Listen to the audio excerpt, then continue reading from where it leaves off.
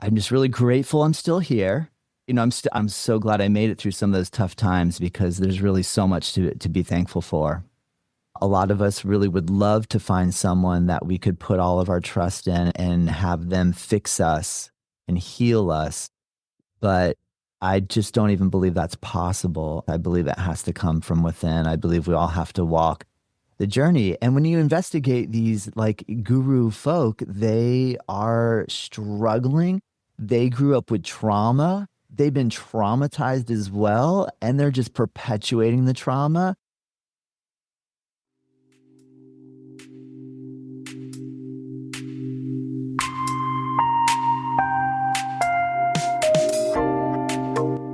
Welcome to the Inner Fire of Yoga, a podcast about transformation, resilience, and the power of yoga beyond the mat.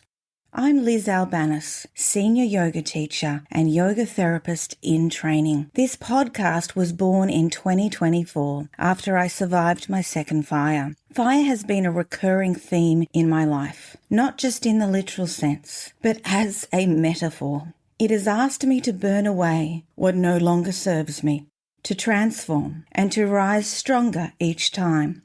This podcast is about that fire, the one that challenges us, but also fuels us to grow. Before you start listening, please use caution. This episode includes a discussion on near-death experiences, religious cults, sexual and physical abuse in the modern yoga world, and could be distressing for some listeners. I am not a licensed mental health practitioner, and this podcast is not a substitute for professional mental health advice, treatment, or assessment. If you're struggling, please see a qualified mental health professional or call Lifeline if you're in Australia, 131114. The views and opinions expressed by guests on this podcast are their own and do not necessarily reflect those of the host, Liz Albanis. The content shared in these conversations is intended for informational and educational purposes only, and it's not suitable for listeners under the age of 18. Please use discretion and consult a qualified professional before making changes to your health or wellness routines. It's my pleasure today to introduce you to Todd McLaughlin. He is the founder and director of Native Yoga Center in Juno Beach, Florida, in the United States of America. He has been dedicated to teaching and sharing yoga for over 2 decades. Since opening the studio in 2006, he has cultivated a thriving community rooted in tradition, consistency, and personal connection, all from the same beloved location for the past 19 years. With a global teaching background spanning the United States, Australia, Thailand, and India, Todd brings a wealth of experience to his students. He is an experienced registered yoga teacher, ERYT 500 with Yoga Alliance, and has studied extensively with some of the most respected teachers in the world. His Ashtanga training includes studies with K. Padabi Joyce and Sharath Joyce in Mysore, India, as well as years of mentorship with Tim Miller at the Ashtanga Yoga Center, where Todd completed teacher trainings in the primary, second, and third series. He also holds an advanced 800-hour certification in philosophy, history, and literature of yoga from the late Georg Feuerstein, PhD, which I no doubt have not pronounced correctly.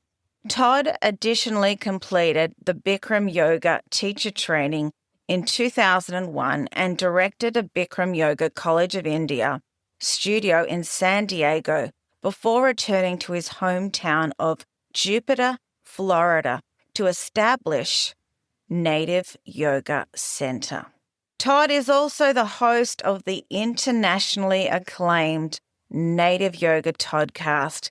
It's a podcast exploring yoga, spirituality, and wellness with inspiring voices from all around the world.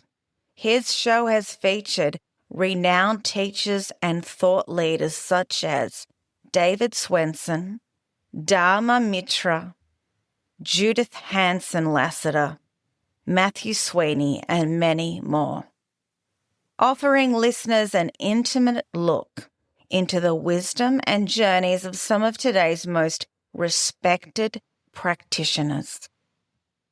Complementing his yoga teaching, Todd has been a licensed massage therapist since 2000 and is certified in traditional Thai massage through the International Massage School in Chiang Mai, Thailand.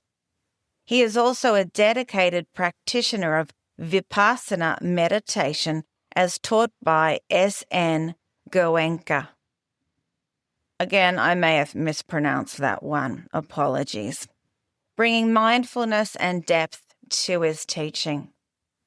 At Native Yoga Center, Todd offers a full spectrum of classes including Ashtanga Yoga, Native Vinyasa Flow, Gentle and Restorative Yoga, and Thai Massage certification courses.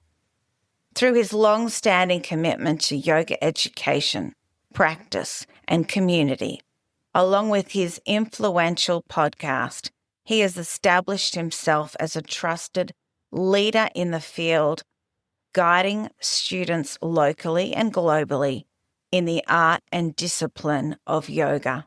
He is a wonderful podcast host. He made me feel welcome and at home. He's a friendly, approachable man who remains humble, as you'll see from this interview, as he's learnt from others what not to do and how not to act. Welcome, Todd, to the show. So good to have Thank you. Yeah. Thank you, Liz. I'm so happy to be here. I appreciate it. Oh, no, I appreciate having you, someone so highly regarded, on the show. So all the way from Florida. And what else has impressed me is you've lived in Australia. I did for 5 years, yes.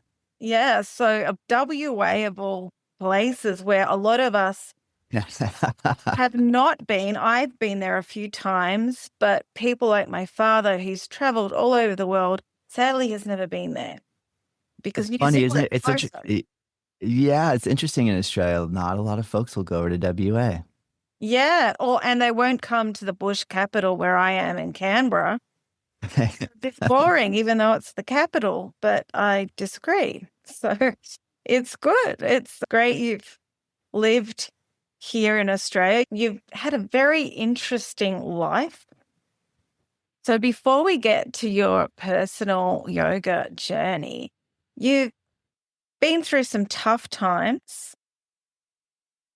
with what I've seen from one of your Toddcast episodes where someone interviewed you with a near-death experience and maybe some other traumatic experiences. Can you just share what you're happy to about those experiences and how they shaped your life?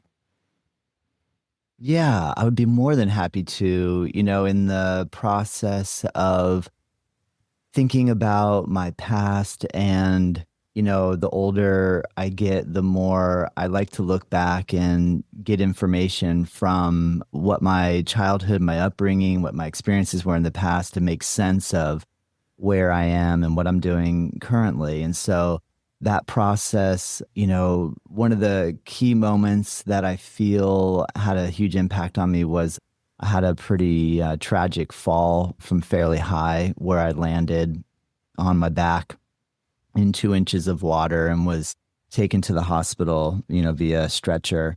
And it was such a hard hit that it impacted my back. I was around 13, 14, and the experience of getting hit so hard where you kind of lose consciousness and I had an experience of feeling like, okay, this is it. This is I'm dying, and to not die and wake up in the hospital, and it was just a big moment. It had a huge impact on me. And then at the time, the doctors were amazed that I survived and that I wasn't in a wheelchair. And I just kind of moved on. And now in my later years, where I'm working through managing back pain, that remembering what had happened and what type of effect that probably had on my back at the time, and just the process of aging and having those old injuries come up to the surface is really enlightening for me now to just accept that. And, I've gone through a lot of just trying to push through the pain. And I've been through a lot of different yoga trainings where pushing through the pain was encouraged. And as I'm continuing on my yoga journey, I'm learning more and more how to take care of myself and honor my edge. And so it's been an incredible ride. Yeah. I can't imagine what it would be like to have that sort of experience, especially at such a young age. I mean, I've fallen off horses many times and I've got back pain as a result now. Arthritis in S3. I've never fallen off and lost consciousness or been near death, just bad pain. So that I can see why that would definitely shape your life. Yeah, definitely. Those sort of experiences have a profound impact. I've had other pretty incredible experiences when I was living in WA. There is a place called Conspicuous Cliffs down near a town called Walpole on the south coast. And I had met someone who took me surfing at this balmy, which is like a really heavy wave and no one around. And I got held down for a really long time where I thought, this is it. Another one. Yeah, that was a really intense one too. And I came out of that one, every time we have these experiences where we push ourselves, I'm a bit of an adrenaline junkie, and I tend to push myself into places where it makes me feel alive, but it's also very edgy. And when we start to analyze, well, why do I do that? Why am I seeking that type of thrill? That's where when I express or talk about like my childhood and I look back at some of the trauma I experienced as a kid, it makes more sense to me now why I was so reckless. If you experience traumatic events and you are either have like post-traumatic from it or you're just not settled, and then you don't feel you just don't feel connected, and I sought out these sort of experiences that put me on the edge. The first time that I fell, I was on a really large rope swing, and it was just a thrill to do, but it was extremely dangerous. So these sort of things, it's interesting when I analyze, like, how come some people don't do that? Why don't they push themselves so hard? Like, how can they just take a nice casual approach and they're okay with, just feeling comfortable, just being happy and going about life? And I had always had to push things to the nth degree. So I'm grateful for that. I'm really grateful for it, actually. I'm glad that I had these really challenging experiences, to be honest, because it made life very interesting. But Definitely.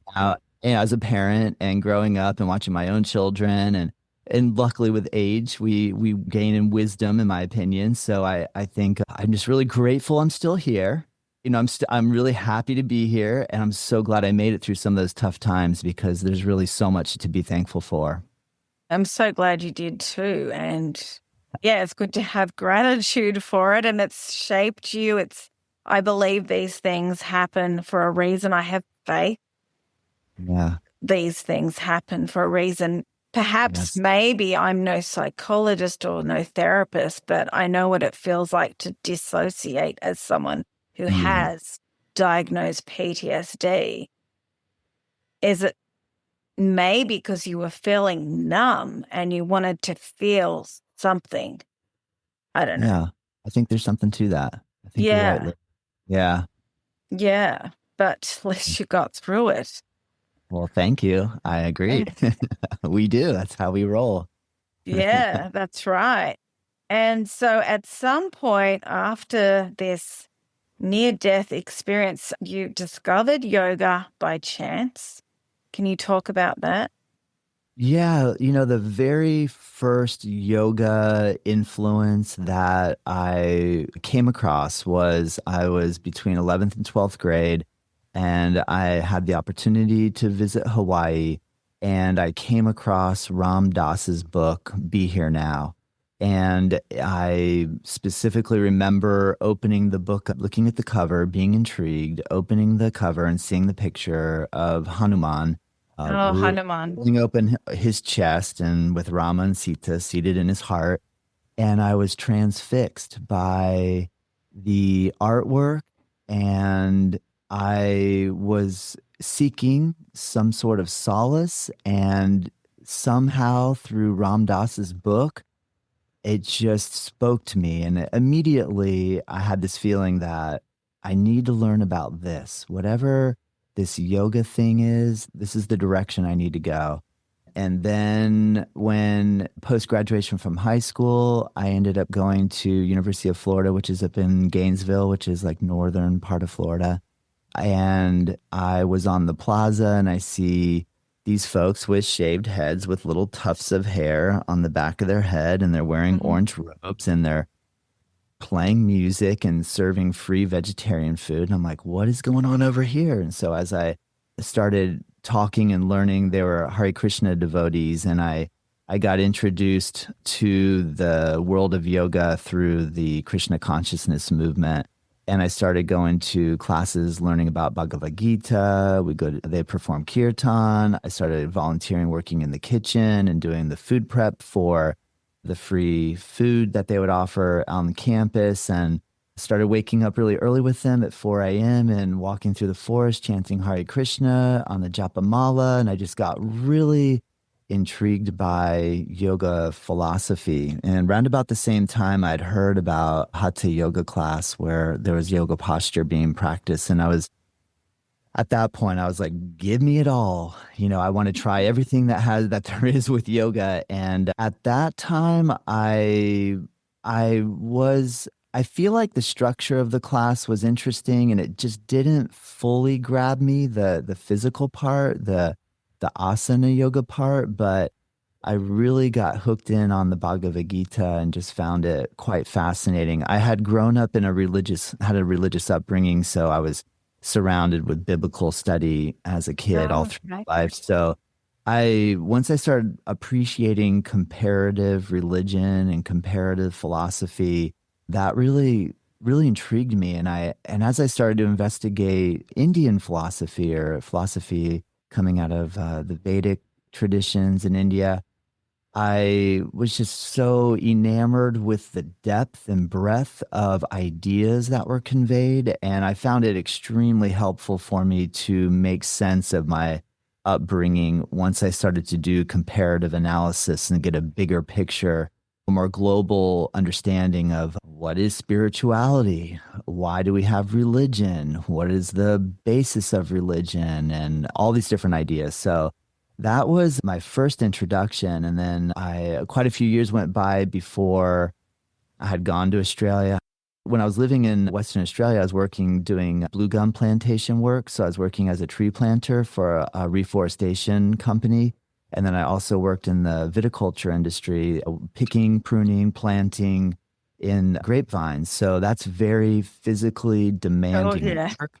And being out in the wintertime, out in the vineyards with the gumboots on and the full rain gear, and squatting down, pruning or doing whatever we're doing on each vine, standing up, moving over 2 feet, squatting down, and doing that over and over and over again is very physically demanding and difficult on the body.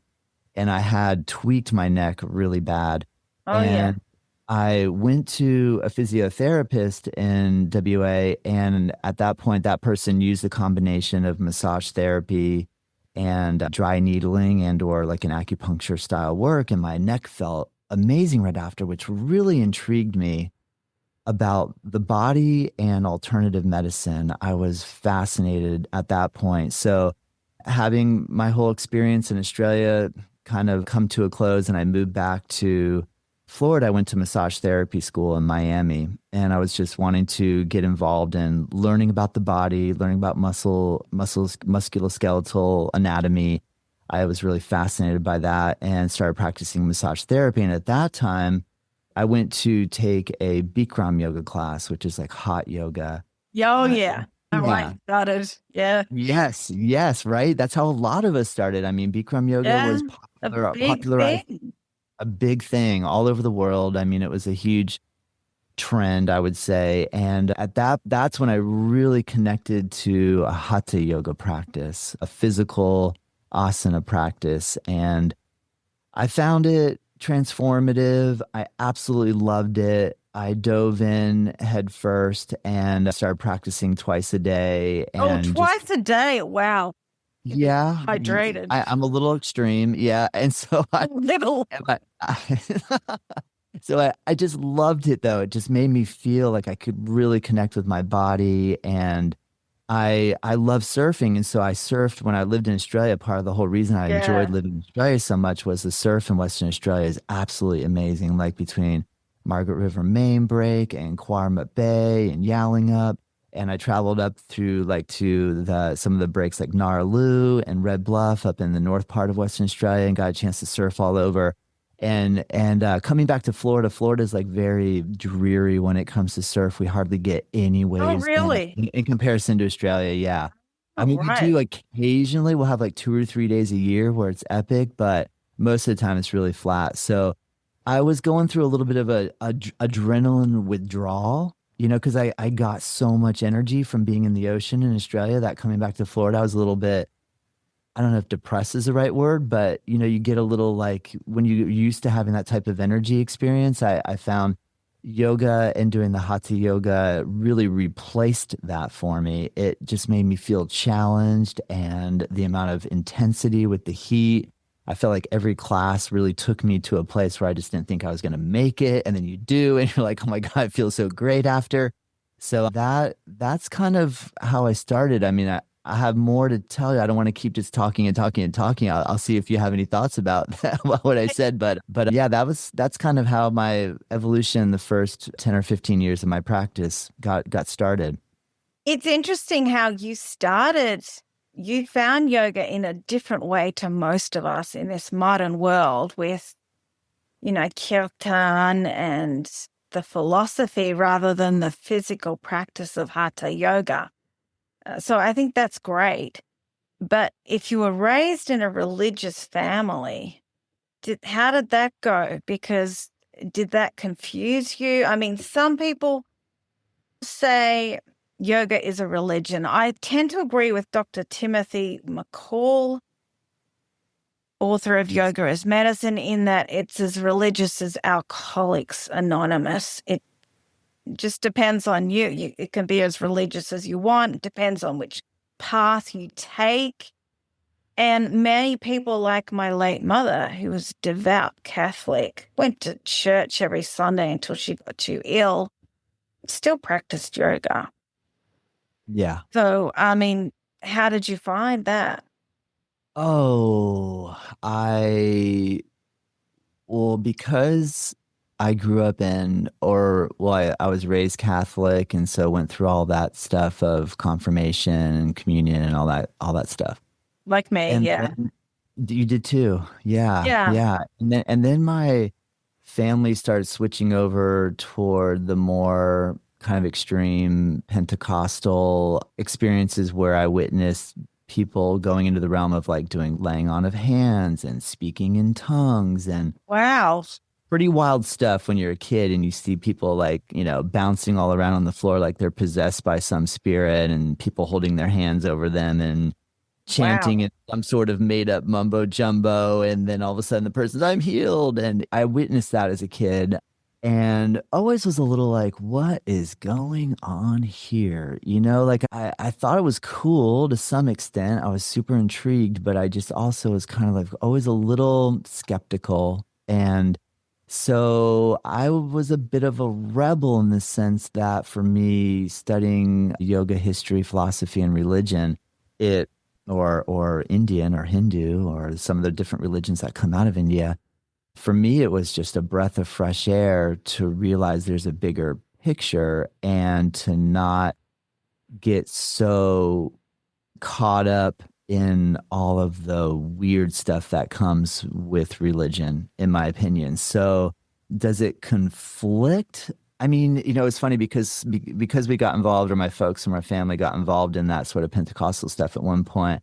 I love music, so they were like, "Look, you got to get rid of all of your music. That's all satanic. All rock and roll music is all evil." And I was into martial arts and taekwondo. They're like, "Look, anything from the East is evil. You got to smash your karate trophies. You got to kind of separate yourself from everything that's outside of this little bubble," which is kind of the definition of a cult. Like when you get wrapped up in a cult, things are banned from you because they're nervous that you're going to have your mind exposed to different things, and you'll question. So I was always sure. I was always a questioner. I always asked questions. And so I feel like for me, being exposed to yoga was extremely helpful to come to a more grounded place in my own personal understanding of spirituality and religion. So I would say, did it conflict? No, I really don't think so. It only Saved enhanced you, maybe. it. Yeah. True. And now, interestingly enough, though, when you hang out in the yoga world, you also come into a lot of cult-like scenarios. Cults Yeah. exist in every single culture. I mean, or every religion, anytime people are getting together. I think the main thing, my approach now is open-minded skepticism. I keep a very open mind. I want to constantly explore and try to expose myself to as much as possible. And I'm also very skeptical. I look at everything with skepticism, and I try to balance this open-minded, skeptical approach now as I move forward, because once you are involved in some sort of cult-like setting and then you reform, or you kind of come out of it and you can appreciate how negative that can be, and you do the work of being, when you're programmed and you deprogram yourself and you can feel balanced again. Every time I go into a group now or any sort of setting, I have these red flag alerts that go off all the time. Like when I practiced with Bikram, I had a ton of red flag alerts. Like I went to his Bikram yoga teacher training at La Cienega Boulevard out in Beverly Hills, California in 2000. And there were so A sort of thing. red flag moments watching him and the way that he interacted with the students, and it never sat well with me. So I found myself in that environment being like, wow, man, I paid all this money for this training and I really love the yoga. But the cult of it was so extreme. And there's people that just worshipped him and still do. Still But did, regardless of his behavior. the listeners who are not familiar, Bikram Chowdhury is the founder of Bikram Yoga. Some people credit the sequence to his guru, Vishnu Ghosh, and he's Good job. warrant out for his arrest in the USA because he's a convicted felon, one of them being rape, among other things.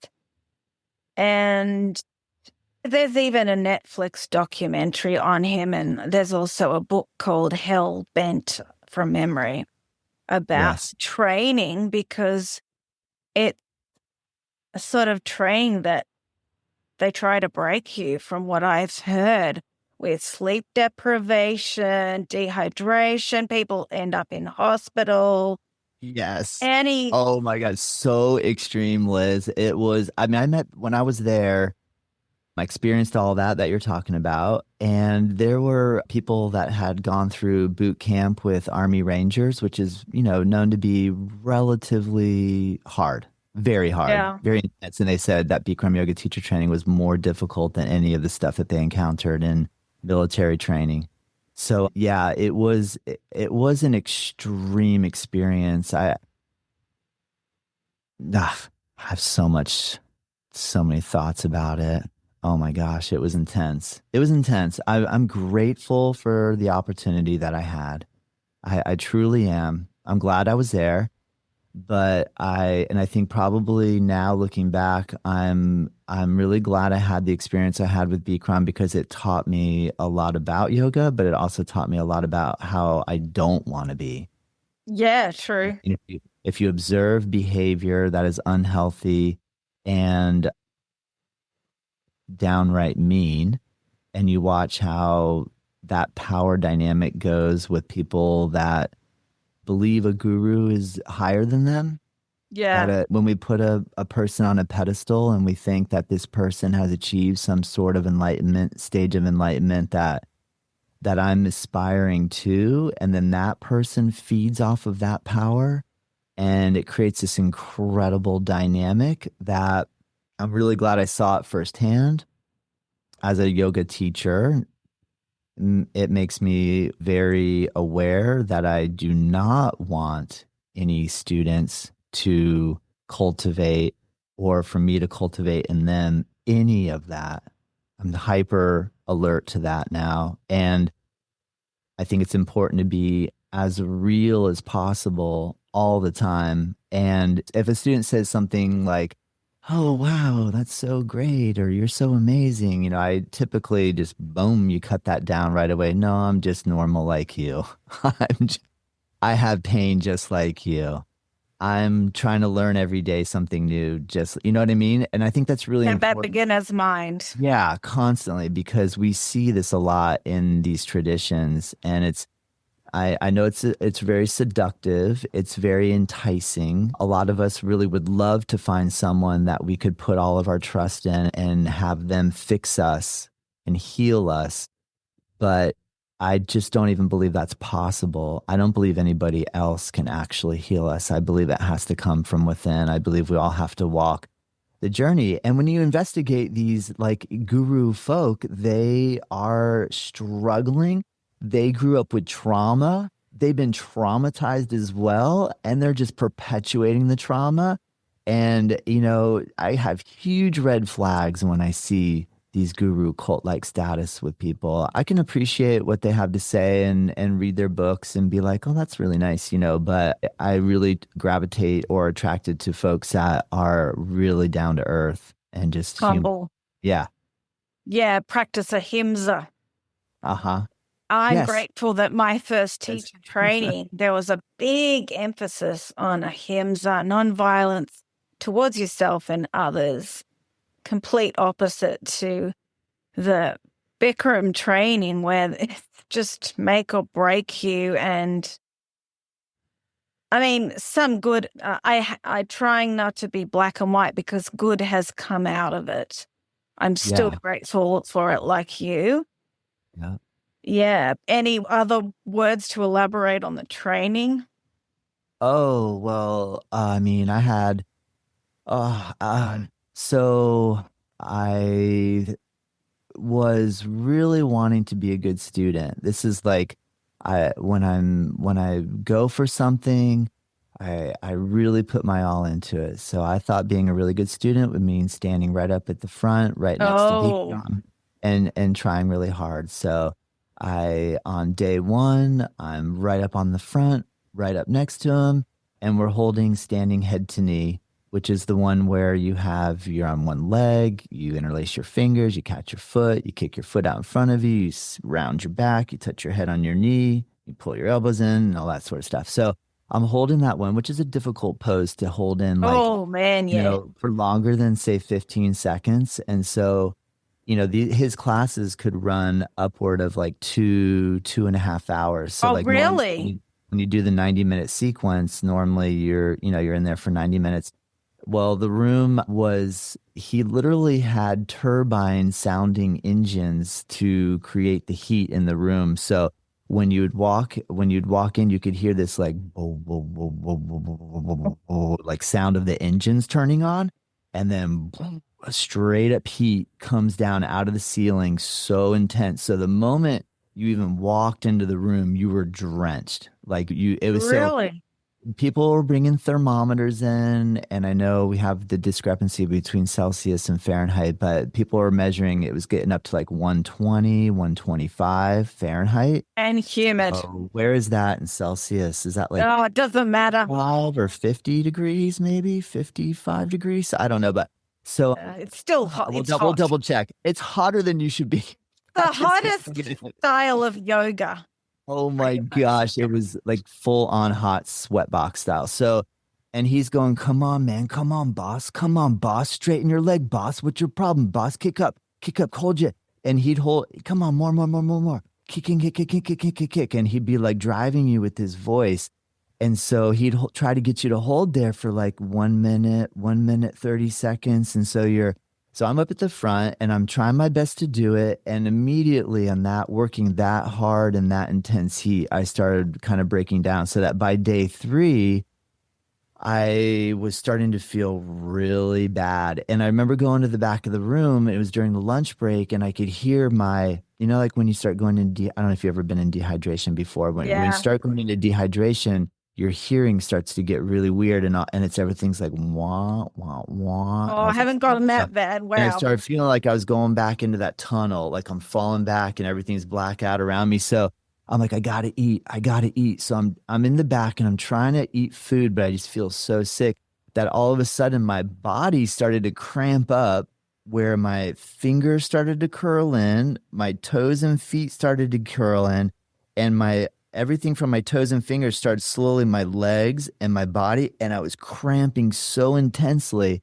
that I flipped and I started screaming like and everyone in the room looked at me like, oh my God, what's happening to this guy? So they ran and they got Bikram, and Bikram came over and I was like in so much pain. I was kind of writhing around on the floor, and he put his hand on my chest and he started like shaking me and he goes, get up, boss. Get up, boss. And he's shaking me and I'm like, and he kind of like jolted me out of like, I don't know how or why my body stopped cramping, but I like gave me a way to kind of like get out of it. And he's like, get up.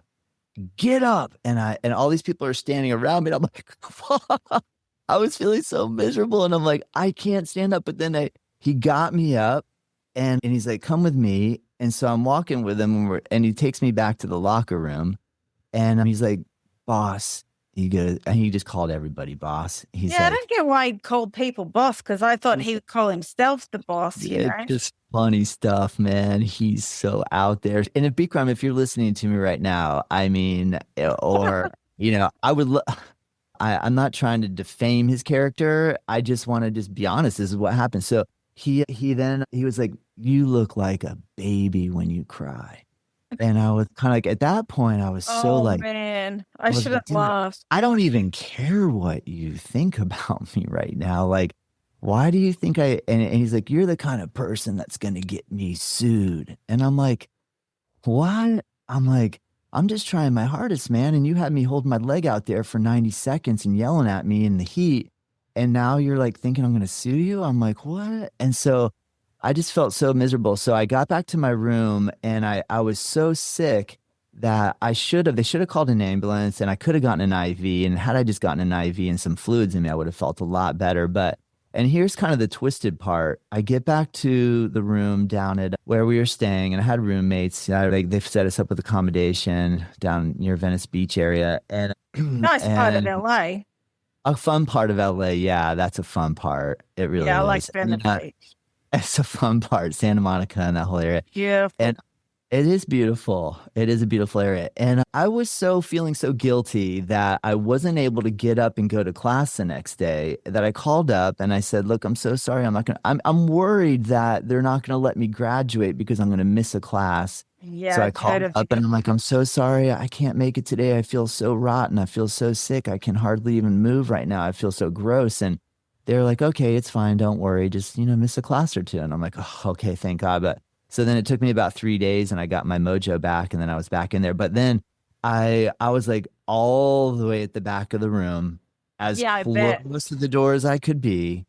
And when it came to all those really intense poses holding for that long, I was just like, it pulled me down to ground zero. So, I think the lesson for me that I got out of it, in my opinion, that where I could turn lemons into lemonade was that I typically go way too hard too fast. I have this thing where I feel like I have to prove myself, and I push way too hard. And I am grateful for that opportunity because it caused me to be like, whoa, it humbled me big time. And it was, I slowly, I finished it and I made it to the end. And then, interestingly enough, I came back here to Florida, and my wife, at the time we weren't married yet, but Tamara, I was like, whoa, Tamara, that was so intense, man.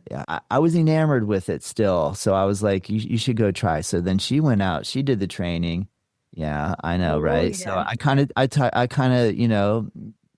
I went for it, and so did she. So then we were teaching at a Bikram yoga studio in West Palm, and we had the opportunity to someone from West Palm had bought a studio in San Diego, and they said, would you guys like to manage the Bikram studio in San Diego? So we jumped on it. We didn't have kids or major responsibilities. So we went out to, it was in Mira Mesa, which is kind of a little bit inland of, like of main downtown San Diego. So we ran the studio there, and that I was deeply entrenched in the Bikram yoga world. I mean, In that bubble.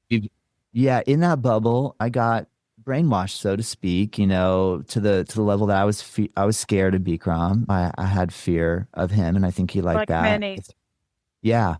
And I witnessed a lot of stuff. I witnessed the way that he interacted with women. I didn't ever saw any sort of sexual behavior, but I saw the pre-sexual behavior and Yeah. young girls. And he was a married man. So I always thought that's just gross. I don't respect that. My wife and I were like, you know what? We had the opportunity after running that studio for 3.5 years to buy it. And it was a really, the thing with Bikram Yoga is it was financially lucrative. It was And it was a franchise at that point too. he was trying to franchise it. He hadn't, that all started to fall apart. Oh, right. He never actually pulled that off because what happened, he had like 500 Bikram yoga studios all around the world had opened up. They all had opened up with people with their own sort of verve to do it. And it was kind of more of an affiliation. And then when he got a little more greedy and realized, wow, I should have franchised this a long time ago, I'm going to do it now. And he wanted to take a percentage of the profits of all the studio owners, that all the studio owners rose up and were like, no way, man, we can't. Ah, We're not going to give you 30% or whatever the breakdown was of all of our profits annually.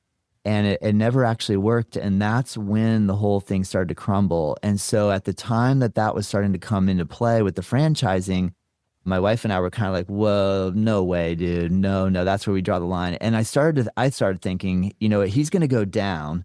He's going to get in trouble, and I'm going to have his name on my sign out on the front. And that's going to look really, really bad because now I'm a co-conspirator, in this sort of behavior, even though I'm not partaking in the behavior myself. So that's when we left there and decided to move back here to Florida, and we opened up our studio here. We have our 20-year anniversary coming up. We've been in this location. amazing. And we just went Congratulations. independent. Thank you so much. And we opened up Native Yoga Center here in Juno Beach, in the hometown that I grew up in. And I wanted to just be independent. I wanted to be independent of these crazy people. I wanted, yeah, in a way, I love yoga. I believe in yoga. I believe in the power that yoga has for healing and to create a safe space for people to rehabilitate, to enjoy all the benefits of yoga. But one of my big goals is to kind of strip it of this ridiculous behavior that I witnessed. So that's where I'm grateful I went through it, because had I not gone through it, I wouldn't be clear about what my mission is now in life currently. That's a good attitude to have.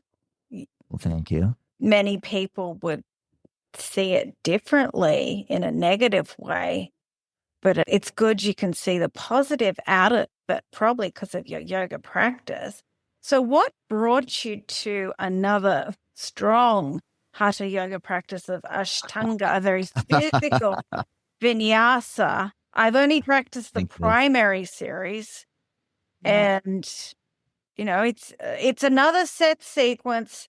It's amazing how powerful a set sequence can be. People think they get bored, but it can be very meditative, I think, to have a set sequence.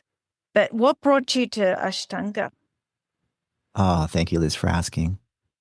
So when we were in San Diego and I was witnessing and watching what was going on in the Bikram yoga world, I started to think there has to be more to this than just this. Because one of the things Bikram would say to us in large groups, he'd say, my yoga is the only yoga that has value. Yeah, I All heard that. other methods of yoga are complete crap. Excuse my French. I don't think I could have gone worse there. No, Um, that's cool. Not worthy. All Yeah. other styles of yoga are unworthy. They're all a hoax. Only my yoga is the only yoga. Now, what else does that sound like to you? That's a classic religious statement. My religion, our cult, our group is the only one. Everybody else is going to burn in hell. And you got to be a part of our group or else you're going to hell. And so as I was listening to You Bikram, I literally thought, said that? oh yeah. Oh, Oh, well, really? He literally said that. oh yeah, not the religious part, but he literally said out loud to our whole entire teacher training group, this yoga is the only yoga that's real. Everything else is complete crap, not legit, not real. It doesn't work. My yoga is the only yoga that actually works. Everything else, not real. So I thought, well, I want to call shenanigans on that. So I started looking around and I found, I heard about Ashtanga yoga. Now, mind you, at this point, the internet was still dial-up phase. So we definitely don't have YouTube yet. It's a pain in the butt to use the internet. It was so slow and boring. I remember those days. Yeah. Yeah. Yeah. Right. And so I had gotten a VHS of David Swenson. I went in the Yoga Journal magazine. I mailed my money in. They mailed me my VHS tape. It comes in the mail. And I put it in and I watched David Swenson, who I absolutely love. And we've hosted him here at our studio. He's amazing. And I watched him do the opening routine that he does where he flows through a bit of a vinyasa flow, but Ashtanga based of like third and fourth series poses.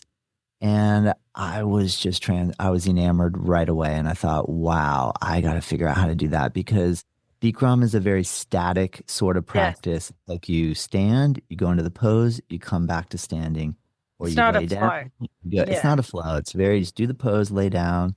And when I watched Ashtanga, I thought, wow, now that's some yoga practice. So we found out that Patabi Joyce taught in Mysore, India. And I said to Tamara, the founder of Ashtanga Yoga, and going back to his gurus, Krishnamacharya.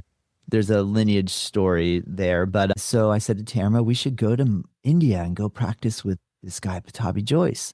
And we had never really taken an Ashtanga yoga class, but we figured, it'll be a fun adventure. So we went to this could be a very long story, but I'm going to make it faster. It was a very different experience, no doubt. Oh my gosh. Yeah. I mean, India is incredible. I really love India. And India is intense. India is culturally dynamic. It has a much longer history than obviously the United States does. So when you feel that ancient cultural thread, even though it's blended in with a lack of amenities and a lot of challenging situations in relation to all sorts of things, but India is so incredible. So I was enamored with India and I really loved it. And going and practicing Ashtanga yoga with Patabi Joyce was a really incredible experience. The yoga, in my opinion, was even harder than what I experienced in Bikram yoga. The level of intensity of practice that we went through there was so intense. Now, again, I wanted the most intense thing I could possibly find. This goes back to, if I try to analyze it, actually, let me stay on track here and just finish my first story. So yeah, we went and studied with him. I think your question was like, what was he like to train with? He's well renowned. He's passed away a while ago, but he's very well known. He was well known at the time.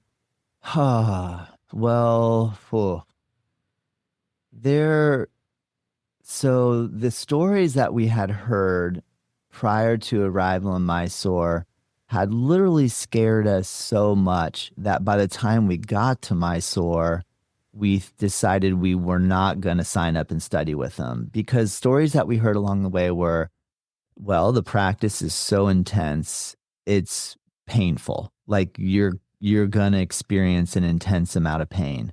And so you got to be ready for it. The other thing that we heard was that some of the adjustments or assists that were given had rendered people hospitalized. So now some of the stories become fish stories, 100%. I've studied and practiced with a lot of people in the Ashtanga world that have said, I practiced with Pattabhi Jois and he never hurt me. I never was injured by any of his assists. And I have to say that in my experience practicing with him, that was the same situation. I never, the question lies not so much in, ooh, so yeah, no, through the physicality of the actual hands-on touch, I never had any sort of major break. But in the process of practicing Ashtanga yoga and having assist from teachers within the lineage, yes, I have had major snaps and pops and things that would make it where I couldn't walk for a couple weeks, that type of thing. And there's this interesting culture within Ashtanga yoga of that if your body pops or snaps or renders you useless for a little while, that's just an opening that you need to go through to advance to the next stage of development. And that is a very bizarre concept. I mean, and I fell for it. I don't know what that is in our DNA or humanity that is attracted to the intensity of that sacrificial fire that feels like you're somehow burning through karma by suffering. And this exists in a lot of different religious traditions. If we look back at some of the crazy cults in Christianity, there's people that strap things down on their legs where there's nails going into their skin as a penance, a form of penance, thinking that because Christ suffered on the cross, that I need to suffer as much pain as he did to prove my love for the suffering that he did for me. You know, it's a really bizarre concept. It's the basis of a lot of physical abuse that you or I or a lot of us have experienced. It's this idea that through pain and suffering, you become pure. It is a really twisted logic that I don't agree with. But I've been wrapped up in that culture in different ways in different places throughout my life. So I feel like now I'm in this rehabilitation mode of appreciating what can come. There is some good that can come out of it. I mean, I'm always looking for the good. I'm always trying to figure out there's got to be a reason for this stuff. But I'm trying to come at it from a very balanced place now. Whereas, I have been involved in it where I believed wholeheartedly in it. And then the Pattabhi Jois was very, and from my experience, he was a sweet old man, but then come to find out there's been a lot of sexual misconduct allegations that have been made from students in the last 10 or so years after he died. And like Yogi Bhajan and Kundalini yoga. Yeah. Which was wow. a shock. Yeah. Yeah, we can go down the line of fallen gurus. Common. Oh my gosh, it's unbelievably common. It's almost so common that one almost needs to, this is where the skeptical mind needs to be in place when you enter into the world of any spiritual cultures. You have to have the skeptic mind, and you have to be I would recommend, you know how I don't know if you've heard this, but if you're involved in deep water diving, whether it be scuba or free diving, the rule of thumb is you never do it without a partner. You never take a big deck of air and dive down 80 feet, because if you black out down there, you need someone to pull you back up to the surface. I would highly recommend anybody wanting to investigate and going deeply into the traditions of spirituality, no matter what culture or groups you're going into, whether it's the new age, the neo new age stuff that's going on, or if it's like the old school traditions, keep a lifeline to someone who is not involved in any of that in the real world. It doesn't mean like, you know what I mean? Someone that you check in with who is in the secular world to just say, hey, I went to this training this weekend and this is what we talked about. And that person can say, that sounds really healthy. That's cool. I'm really glad for you that you had a good time. Or that's a little bizarre. Are you sure that's a good idea? Like, Yeah, because what's the logic behind that? Yeah. things that come out of that with Vipassana retreats, people going there and not being ready. But with all of this history with asana, it's just weird with Patanjali's Sthira Sukha Asanam, having that balance of that steadfastness and that comfort. Otherwise, it's not asana.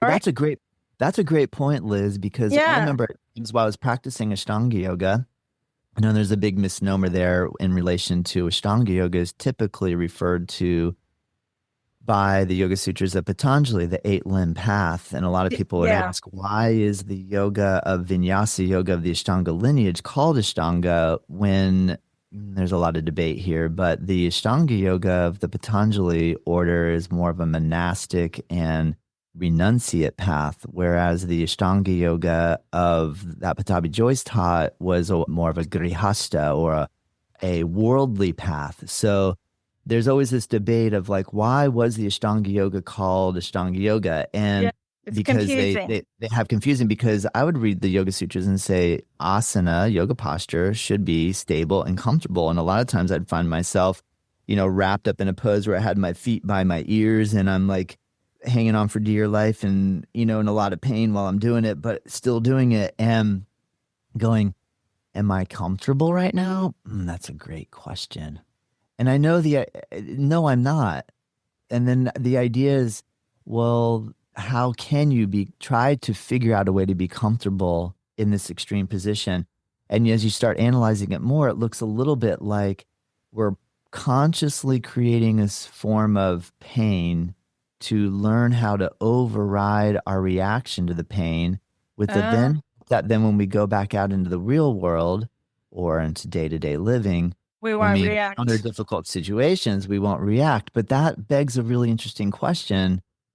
If I'm still putting myself into pain to be able to learn how to deal with pain, is that really the solution to pain? Because it might create more pain. And it's this funny pain loop. So yeah, it's a fascinating thing to investigate. And that's why, I'm very enamored and intrigued by it all. And I stay within the yoga world, but I find myself every day. I mean, I'm engaging in yoga practice every day, but I keep coming back to, why am I doing this?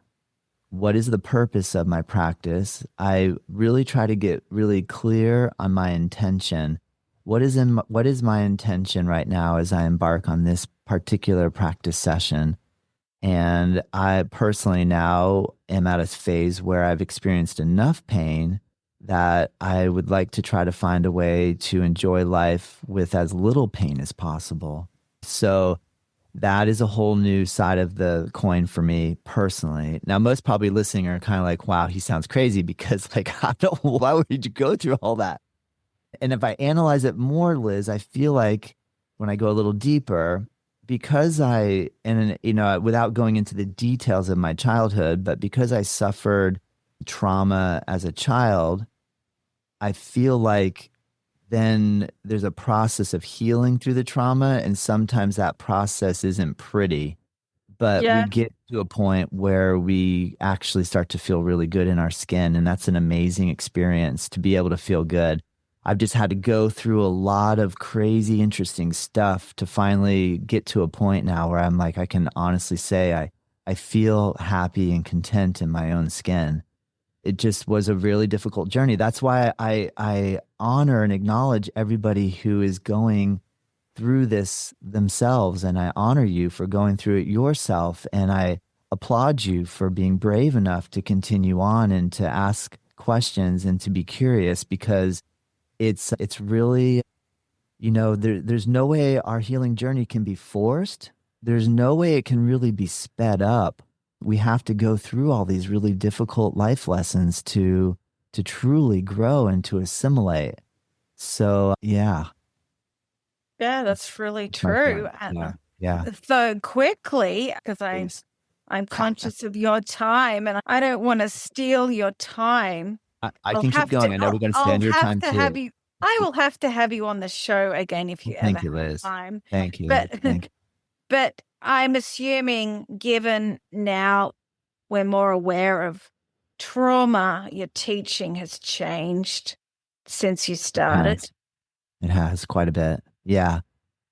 Yeah. So now probably I still maintain a Mysore Ashtanga room, but I do not teach it exactly the way it was taught to me. I don't believe.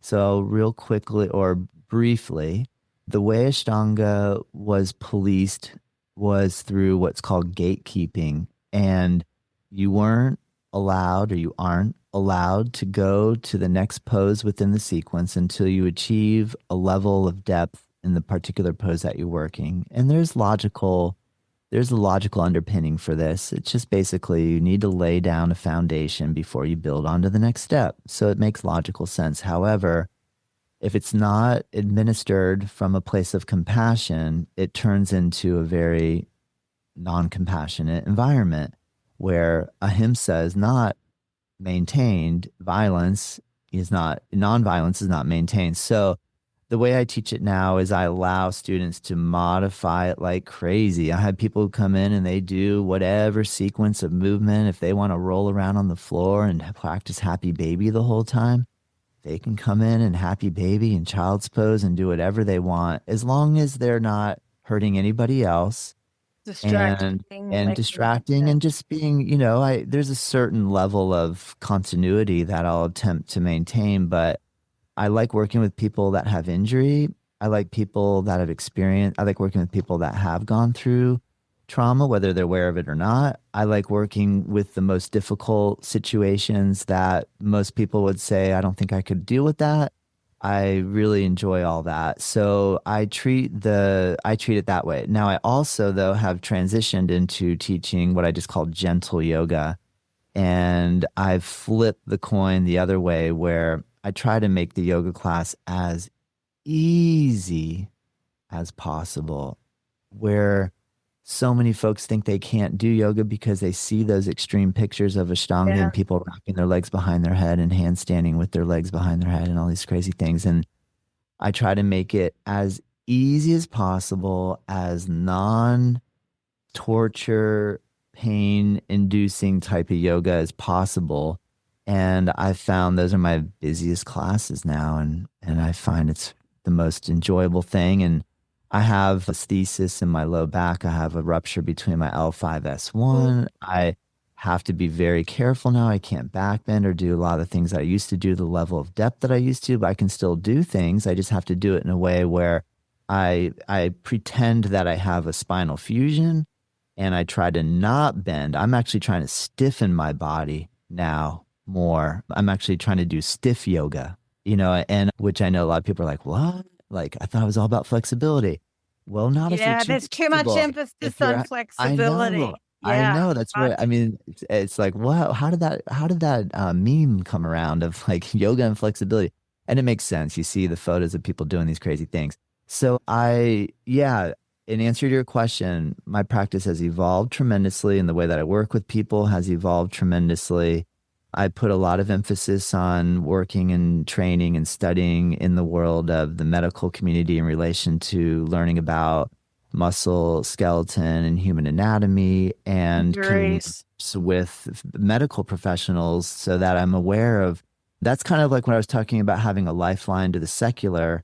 I believe as a yogini, a yoga practitioner, that it's important to stay connected to those outside of the yoga world that are working in the medical profession, so that, if they're like, no, like, in the medical world, a lot of them are like this whole idea of cleansing or detoxification. They're like, that is the craziest idea ever. Detoxification is like this new age idea, right? And you're like, as a yogi, you're like, how could you say that? Like, I get a great detox every time. But it's good to have these opposing viewpoints of health and wellness so that we don't go too far one way or the other. I really believe in this sort of middle road, middle path. I believe that within politics. I believe that within yoga. I believe that within all these different ways, like constantly searching a way to find the center line of all of these really wide angled views that we can go far into the extreme. So I think that's probably where the core of my teaching and my personal practice. I believe teaching really is just what our personal practice is. We're just trying to share what we do personally, and then maybe that comes across as teaching. But my personal practice is what defines what I share with others, and so that's kind of how it's informed and grown in my own personal experience of leading others into the world of yoga.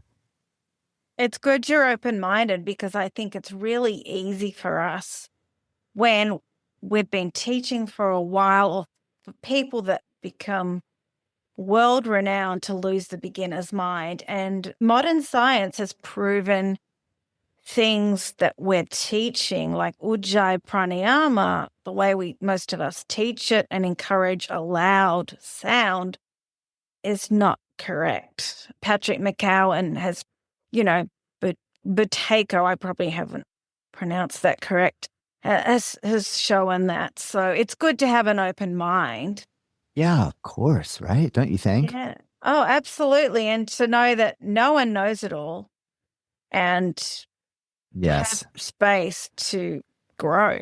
Yeah, I think it's really important. Any quick tips for yoga teachers to cater to their students' mental health? Doesn't have to be trauma. Yeah. I'd say I believe in energy. I believe in the mood that I'm carrying, that you can feel it. Yeah. Like I believe, like Liz, you can feel my mood. Even through, you and I are looking at each other through a device, and you're on the other side of the world. Yeah. And I'm on the side of the world, but I still, even though you're not in the room with me right now, I believe that you can feel my mood and my energy. So as a yoga teacher, I feel that it's really important that I meditate every morning to try to relax and get into just a relatively calm state and just relaxed and feel good about life. And then when I come in, if I have students that are struggling, words can only really do so much. I believe more the vibration of the words has a more powerful effect than the meaning sometimes. So being able to personally feel relaxed and then talk in a way where I just try to relax, that's gonna probably be felt by somebody that's having a bad day. And I can't fix everyone having a bad day. Like if you're having a bad day and you come in and you're having a day where mental health wise, you're saying, I'm not feeling so mentally healthy today. I'm feeling really scattered. I don't feel good in my body. I'm having a hard time concentrating, whatever the symptoms are. That just being present, I believe really as a yoga teacher, our main job, this is what I keep thinking or realizing lately, is just to bear witness. I'm just bearing witness for the people that are coming in and just being present so that they can feel that someone is watching or seeing what they're going through. In the yoga, hold space, hold the space. Create that sacred container. Yeah, exactly. Be a set of eyes or a heart or a mind that is just witnessing. And so the more I can just settle into witness consciousness, where I'm just a witness and I'm just watching. I'm watching myself. I'm watching my own thoughts. I'm watching my own breathing. I'm going to watch yours. And then if I can possibly give you a little bit of insight, because you might be like, Ujjayi breathing so loud, we are like, and I can just feel your energy, like you're just on fire. And I'm like, well, Liz needs to have a little cooling energy today. Like I can tell she's like really she's lit up, and it's probably could amount to something else. So let's try to cool her down. So just being present and trying to cool down my own body. And do we pull it off every time? No, but that's where I think if as a teacher, if I'm all lit up and my mind is crazy and I'm just like in this really horrible space and I'm just going to go in and teach class anyway, and I'm just going to do it anyway, and I'm going Can't to be hold fine. space. It's hard, and they feel it. And what's kind Oh, of cool is yeah. students, when they feel I'm really dysregulated, they'll mirror that back to me. It'll become apparent that I'm dysregulated, and they're the teacher. And then I start realizing that who's the teacher here? We're all teaching each other. We're a community of people that are standing on the same level ground. So that for me has been really important transition to now when I need to take leadership role, yes, I'm willing and able. That's what I signed up for. I can do it. But as much as I can let go of my leadership role and put the leadership role in your hands, and we're in a very like a very cordial, it works, and there's no power struggle or dynamic going on, then I'm like, whoa, this is amazing. Wow, this yoga stuff, being in the room with people, this is so cool. Wow, I can feel this. This is incredible. Does it always feel that way? No. Is it sometimes really chaotic and difficult? Yes. Oh, yeah. But setting my intent that I'm going to play leadership role, but then I'm going to try to let go of that and let everyone else take over until it's needed for me to regain it. I'll pull it back in. And we're just kind of pulsing back and forth between those dynamics. That's the tip I would give. Be Yeah, I aware think of. that's a great tip. Thank you. Yeah, center yourself, walk your talk, Yeah. have a regular practice yourself. Yeah. And just to finish off, Todd, what's the best way for people to connect with you? I think you have some sort of online course. Thanks for asking. Yeah. So maybe the easiest way, my website is nativeyogacenter.com. And all the links are there. And I have a fairly active YouTube channel. And so they can connect with us on YouTube. All in the Yoga. show notes. In the show notes. And I do have Learn 8-limb yoga in 8 days. So it's like a beginner intro level to Ashtanga yoga where I try to teach it in the way that I was talking about with you. Just here's how you do it and try to do it the best you can. And here's a small little piece, and don't make it too big, make it easy to start. So yeah, that's the easiest way, I would say. And I'm really grateful, Liz. I love doing podcasting. I've been working with this medium for the last 5 years. And when you reached out to me, I was really excited when I was able to have you as a guest on my show. And that was an honor. Thank you. Thank you so much for joining us on our show. And I got some great feedback from our listeners. And I can feel your sincerity in your curiosity. And I share that with you. And so I'm just so excited when I meet somebody else like you who is just excited to share and wanting to talk about the challenges that you and I have both been through, and hope we know that there's other people out there that are challenged as well, that through this medium, I know my goal, and I get the genuine feeling from that it's your goal too, that we want to help. Yeah. Share the power of yoga and try to help others. Definitely. Yeah. I also want to congratulate you on running a studio for 19 years. Most studios do not survive that long, especially through a pandemic. And I take my hat off to you. Running a studio may seem easy, but I'm sure it's not. There's a lot of work that goes behind the scenes. Yeah. Congratulations to you and Thank you, Tamara. Liz. Thank you for acknowledging that. On 19 years. It's amazing. Thank you so much. I really appreciate that. It means a lot. It is challenging and it's rewarding and it's all that. But you're right, the pandemic, whoa, that was wild. Oh, but we made it. We made it. Yeah, you did. That's a feat in itself. And so sad. So many studios closed here in Australia too. But yeah. Well, we're keeping it alive. We're all keeping it alive, and yoga's not going anywhere. That's for sure. I mean, it's going to stand the test of time. It'll stand through the AI, transformation that's occurring, and in human connection. I'm grateful for technology, but human connection is where it's at. So it's going to continue. There's no doubt about that. Yeah, that's true. I agree. Thank you so much for coming on the show. Thank you, Liz. I'm really grateful for your time, because time is valuable, and for just sharing part of your journey, which has been a Thank you so fascinating much. one. Thank you so much, Liz. Thank you for joining me on the podcast. I hope today's episode has left you feeling inspired and informed, and empowered to take meaningful steps towards your well-being. If there's a topic you'd like me to cover, or if you'd like to share your story, I'd love to hear from you. Just fill in the form on the podcast page of my website. Your voice is an important part of this journey. I want this podcast to reflect the conversations that matter most to my listeners. If today's episode resonated with you, please share it with someone who might benefit from these conversations. Don't forget to subscribe. It helps grow this incredible community of resilience and support. Until next time, take care of yourself and never forget the power, the possibilities of a regular yoga practice. See you soon.